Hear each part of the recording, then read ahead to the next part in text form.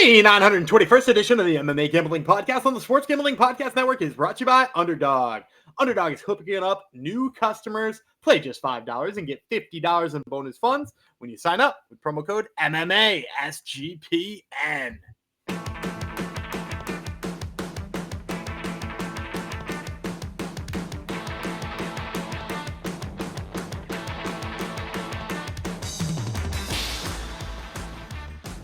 Heidi ho, DeGenerinos. Welcome to episode 921 of the MMA Gambling Podcast on the Sports Gambling Podcast Network, dedicated to Tyler Jones, who on Spotify says Gumby is the John Jones goat. He put the goat, little picture of a goat of Contender picks. Keep it up. Emoji is called. You kids call it. Gumby is the John Jones goat emoji of Contender picks. Keep it up, Gumball. I even called you Gumball, which I used to call you. So that's important to remind everyone, because this is a Contender Series episode here. That's Dan Gumby Vreeland. I am El Picante Jeff Fox, or the Spicy Jeff Fox, if you want to do it in English. Even though the person with that nickname has fallen off his fight card, I'm still stealing his nickname. He'll be on next weekend, though, right? El Picante? Or is that the fighter who couldn't get a visa? No, that's the other one. That's the one who couldn't get a visa. No visa for spicy people. Your country will not let spicy the spicy in anymore. Yeah, Contender Series. Tell the people how good you are at Contender Series, Gumby. You made money again last week. Yeah, we only went We only went 3-2, but for the second week in a row, we've hit multiple underdogs. The week prior, we hit a 260 on Iwu Baranowski, and we hit another 200 this week on Julissa Chavez, which is maybe a controversial decision, but Sal D'Amato swung our way for once in the MMA's God's giveth and they take it away. So we always remember that. But we went up 1.8 units if you had put 1 unit on each fight last week. So, altogether we're up on non-UFC MMA, and this is only betting 1 unit on every fight. It's not, digging in and doing the big whale double max extra play. This is 1 unit on every fight, money line only. If you just played every single non-UFC fight we've done this year, you'd be up 38.8 units. So, come tail along for a couple more on this episode. Yeah, hopefully. Anyone impress you last week's episode? I thought Chavez was really good. I know she, Dana White thought she didn't win, but like the power in her hands, her toughness, the way she moves forward, I really like that from her. So she seemed good. A couple of guys won by knockout, and I was like, are they even good? I don't know. Yeah. So like that was kind of a little bit of a bummer. But I'm much more hyped on this episode right here. There's that's what I was going to ask you. One fighter who has so you asked me at the beginning of the season, and I was like, who is your the fighter you're the most excited for? I think I said Larian Douglas, which that aged pretty well. He's looked pretty good. There's somebody I think I'm more hyped on in this episode than I am on Larian Douglas. So nice. You're gonna have to stay tuned to figure out who that is. All right. I have a feeling. Do you have a feeling you know? I do. I have a feeling okay. I know. One thing I do know for sure. You should write down. So I want to know if you messed up and got it wrong. I just know because you might just like this person because of the nickname, though. So one thing I know for sure, you should get the SGPN app if you haven't already. Check out your app store.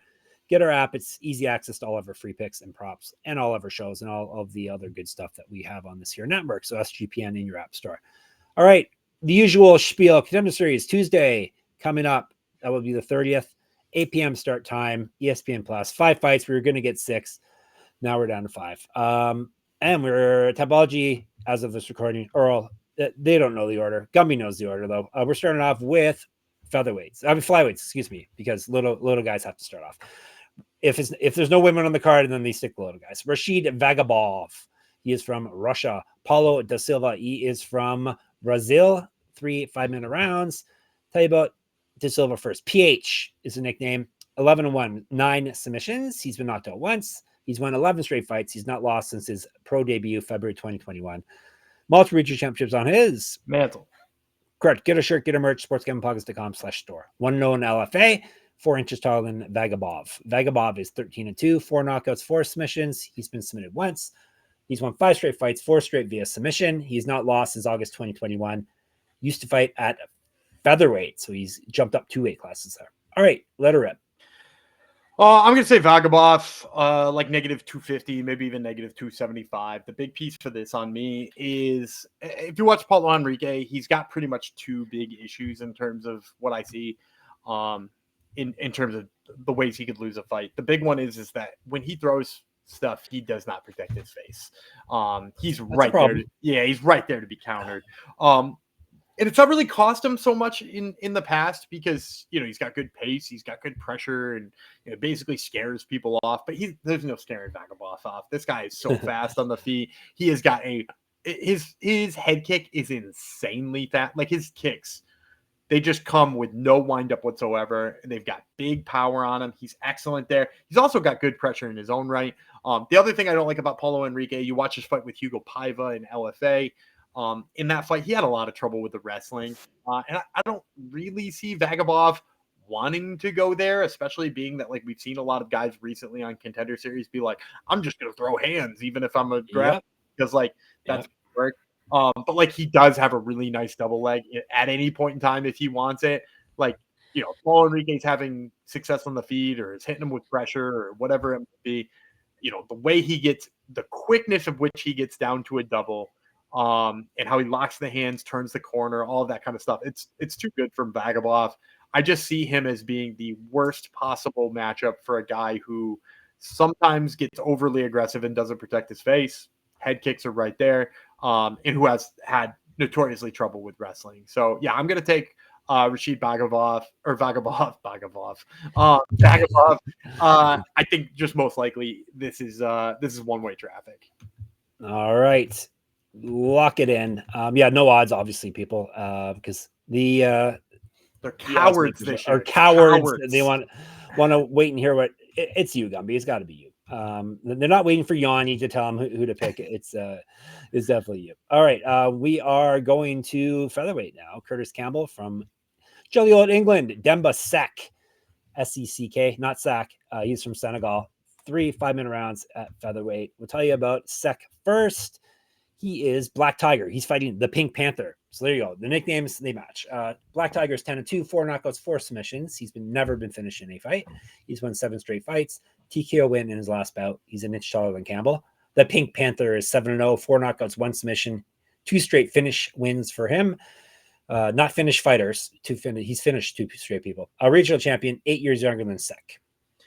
So for me, what did I write down as the possible odds? I wrote Campbell -300. I think the books would be smart to be in on him here.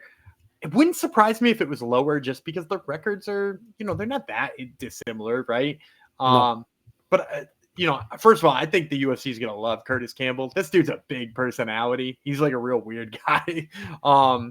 Watch some of his YouTube videos if you're wondering what I'm talking about. He's just he's got a big personality, but also like he's got a really weird fighting style. Like at times I'm watching and I'm like, did this guy come from Taekwondo?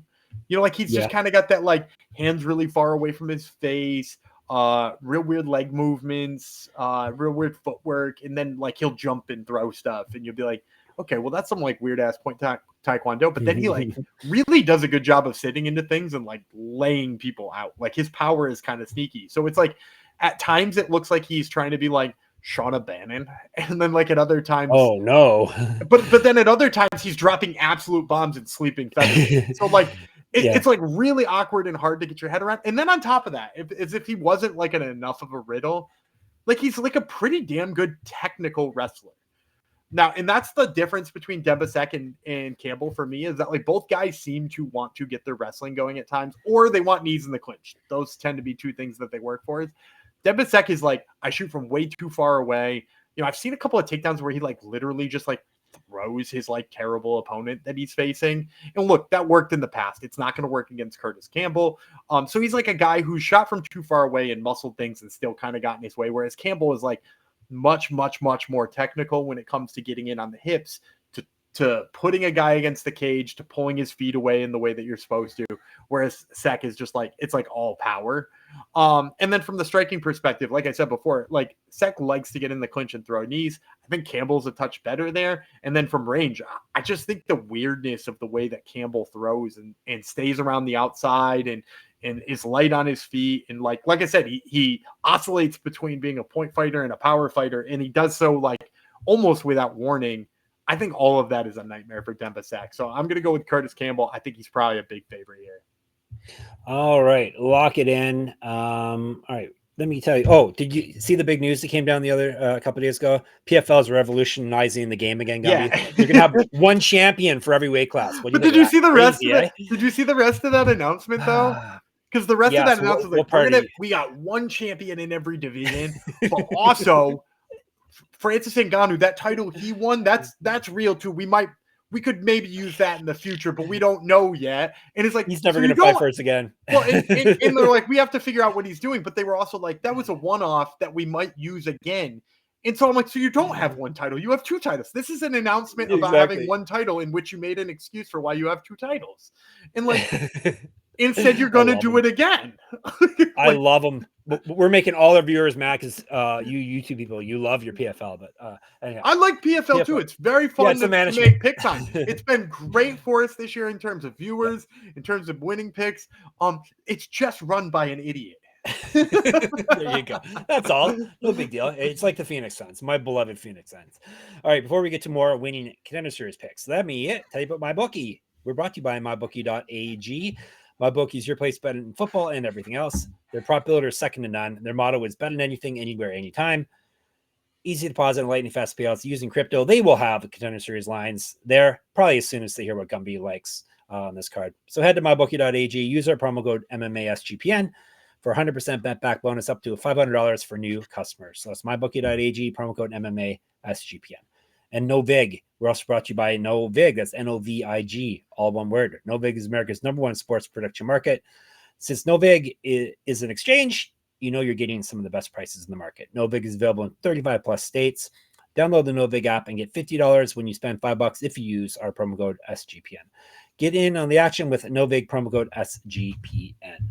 All right, no more PFL slander for now. Let's get into more Contender Series fun. We have got another fight. Imagine that. 3 more fights, actually. We're going to welterweight now. Christopher Alvidrez. He is from the United States. Alvidrez. Eliezer Kubanza. He is from the Democratic Republic of Congo. 3 5-minute rounds. All right, this is the shortest resume I've ever had on the show, Gumby. 7-0 with 6 knockouts. That's all I have for him. Nothing else. I got a lot of info on him because he's the guy I'm most excited about. Oh, he's the one. Okay, I was thinking it was going to be Baba Yaga, but okay. No, it's definitely Kubanza. Good. I don't need to tell you anything else then about him. Alvidrez is 6-1, 4 knockouts, 1 submission. He's never been finished in a fight. He's won 5 straight, 4 straight via TKO. He's fed at 155, 1-0 in pro karate, 2 inches taller than Kubanza. So he's taking Kubanza. We know that much, right? Yeah, Kubanza. I mean, like, he should be negative 1,000 in this fight, if I'm being honest. I don't know where he'll come in. What is he going to be? 500 maybe. Let's say 500. He'll maybe half that, but it should get bet up. And should get bet up. So first of all, he's nasty. He's been fighting for Brave for some time against high level opponents and just making them look absolutely silly. And the fun thing about Kubanza is he comes from a martial art world that you probably have never heard of. He fought in this martial art that's from Central Africa called Mukumbusu. And Mukumbusu is like a no holds barred thing that they do in Central Africa. Vale Tudo? It's like a Vale Tudo, but like it's different because it also comes from, I'm trying to remember the name of the parent martial art that it originally originated from, but it was like basically the colonists came into Central Africa and added some of the like the karate and the judo that they had along to Lolido, I believe is the name of the martial art, which is the parent martial art of capoeira. But it was capoeira, except for you were trying to slam your opponent instead. So it was like dancing martial art that where you were going for slams. And then it got combined with like judo and like boxing and stuff like that. And now it's Mukumbusu, which I believe it loosely translates to gorilla. And the reason it's called Mukumbusu is because you just fight like a gorilla in there. You do whatever you want, which is nuts, right? But like, also, it's like if you watch Kubanza fight, it's so obvious that he came from this like gnarly, no holds barred art because like when he starts hitting you, he's never gonna stop. Like he is just on top of you and he's gonna hit you with like a 72 punch combo. And then out of nowhere, despite the fact that he is this like sniper who hits like a truck on the feet, he also will just slam you out of nowhere, which again, when you're talking about the history of Mukumbusu, which is, I think, from the Democratic Republic of Congo. I know it's Central African.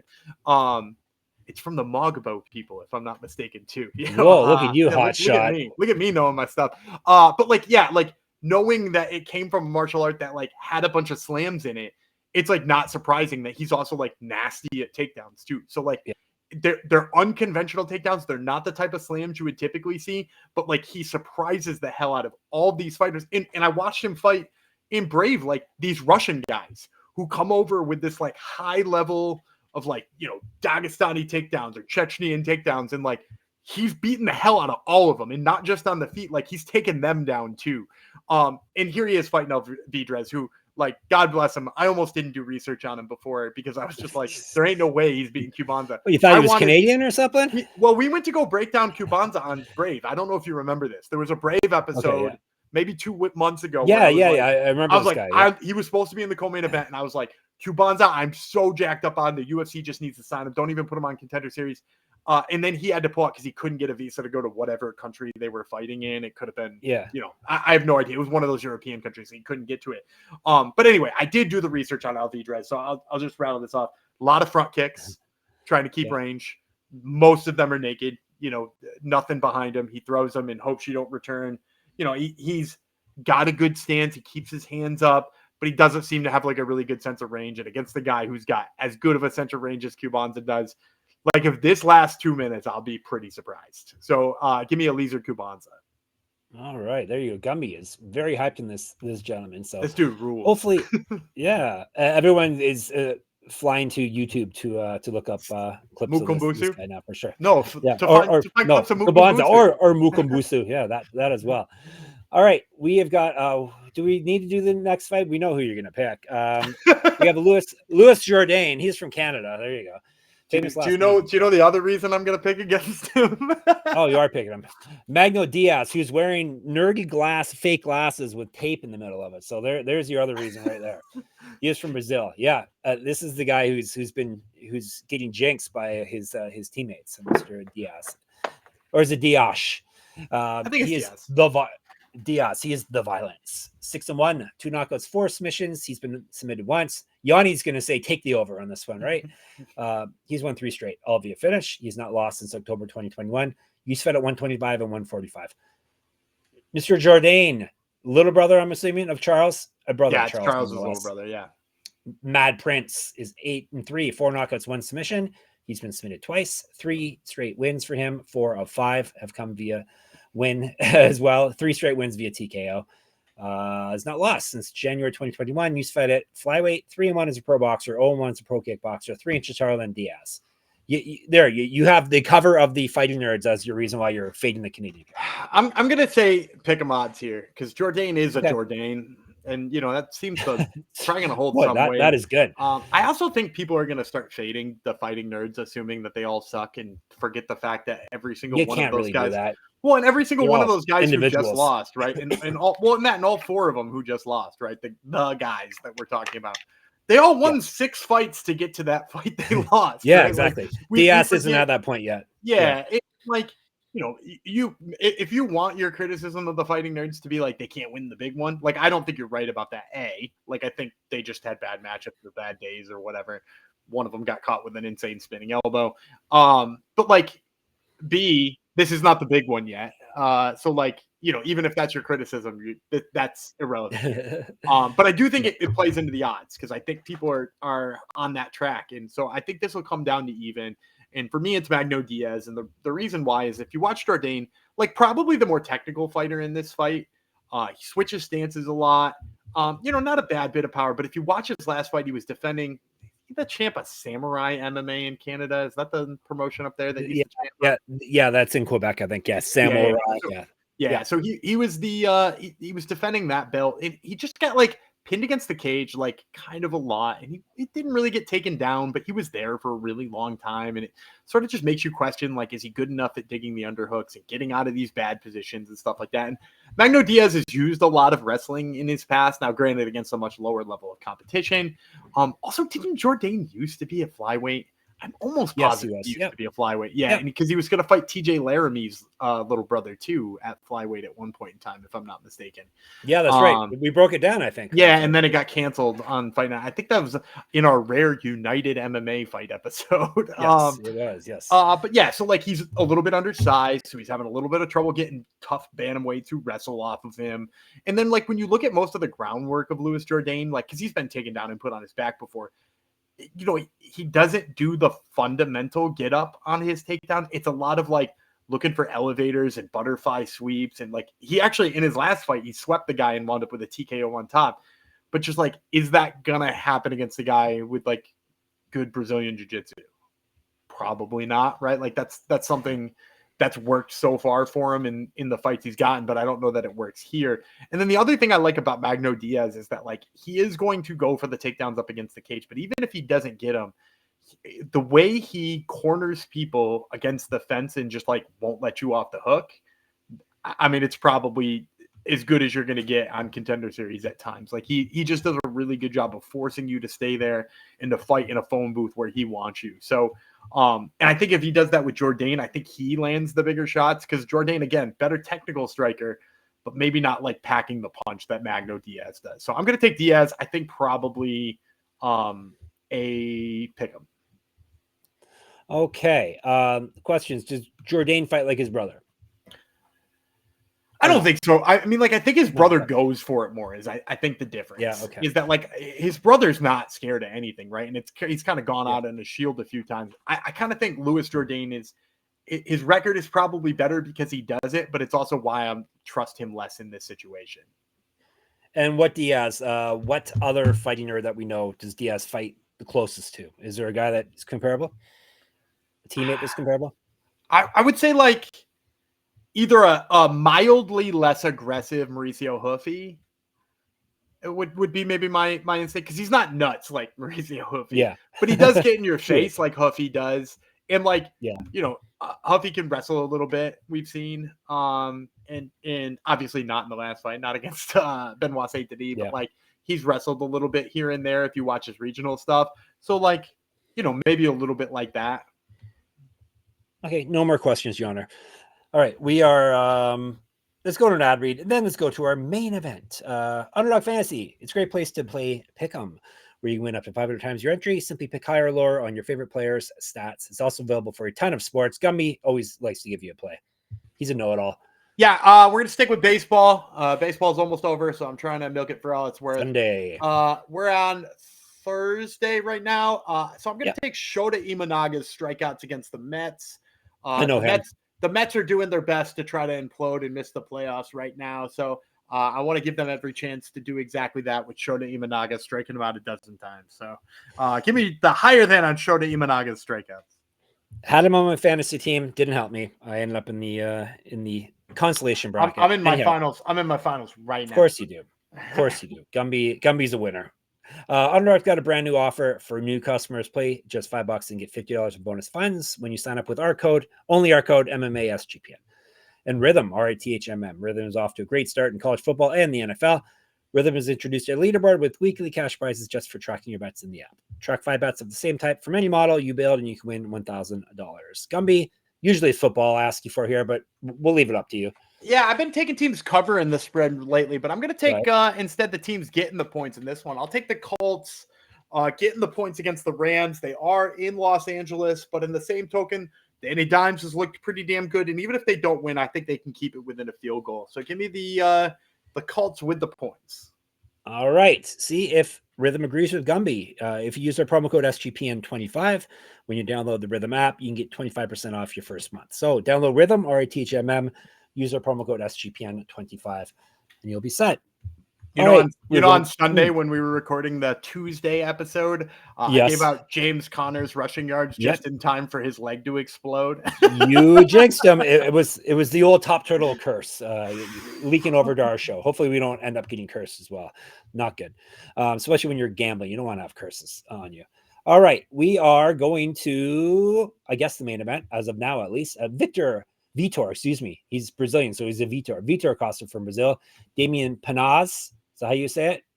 He's Pinas. from Aruba. Panache. He's from Aruba. Is this our first Arubian fighter that we've talked about? Yeah, he's from Aruba, but he trains at Nova U now in Brazil. Okay, Brazil. There's not a lot of Caribbean fighters we come across. I guess it's what you don't want to fight there. You just want to chill, right? It's nice in the Caribbean. Yeah, I mean, we got a couple, but most of them have like emigrated to other countries too. Right? Yeah, like we got a handful of like Jamaican fighters.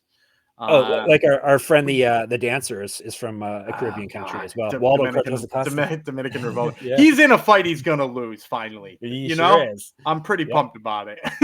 Yep. All right, we'll tell you about Panache first. The Baba Yaga.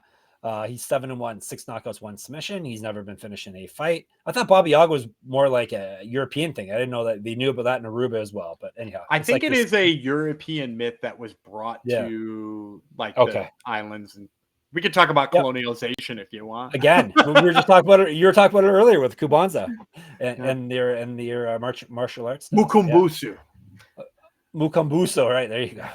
If I knew how that was spelled, that would be the title of this episode, but who's to say? All right. Baba Yaga 7-1, 6 knockouts, 1 submission. He's never been finished. He owes his round still. He's won 3 straight, all via TKO. He's a regional champ, 2 years younger than Costa. Costa's 8-1, 3 knockouts, 3 submissions. He's been knocked out once. He has won 8 straight, 4 straight via finish. He's not fought though in about a year. I'll show you exactly a year, September 2024. However, he has multiple regional championships on his mantle. Correct. Get a shirt, get a merch, sportsgamblingpodcast.com/store. 1-0 LFA. Use Fed at 205 and then Charlin Panache. I think the higher level of opponents and the sort of better resume from Victor Costa is you're going to see him as a slight favorite. I wouldn't say it's huge though, like maybe negative 160 or something like that. You get a plus 140, 135 on Panache. And I'm going to go with him here as the underdog. Right. It's kind of a shame that's other than the one I said was Pick'em. Like this might be my only underdog. I did like an underdog in the canceled fight, or what I assumed would be an underdog. So, but we only got one here. And the reason I like him is like, look, I am a little worried about his takedown defense. It's not looked good at times in his fights, but he always does tend to get back up. Costa's not the best wrestler in the whole world. In fact, like most of his grappling is like he gets into the clinch and then he jumps a guillotine, and he's got like 3 guillotine finishes, but like none of them have really impressed me all that much. And there's no way Panache is like in the clinch ducking his head down anyway, right? Like this guy wants to box more than anything in the whole world. But on the feet, I think he's just so much better than Costa. He's got a really, really, really stiff jab. It's absolutely electric when he throws it. The 1-2, so sharp, dropping opponents here and there. I just think Damian Panache is such a better striker than Costa that even if he's down for a couple minutes, that when he gets back up, the power is going to be there. I also really don't like the cardio from Costa either. Like he's kind of like he's not a really fit middleweight, if I'm being honest. Like, I don't body shame here. I'm a big guy myself, but yeah, it looks like he maybe has not been in the gym all that often, and like I think it's not done good things for his cardio. So I'm gonna go with Panache. I think as the fight wages on, you're gonna see more and more strikes landed for him. All right, you're set for week 8. No, 8, 7, 8. We're up to 8 already, aren't we? 8. Boo, that's sad. That means it's almost over. All right, let's give you a recap, and then we'll get out of here. Panache, Diaz, Campbell, Vagabov, I missed one there, and Kubanza. Your favorite one I missed because his resume is so short. All right, you are set for a Contender series. You can chat with us in the Discord, sportsgamblingpodcast.com/Discord.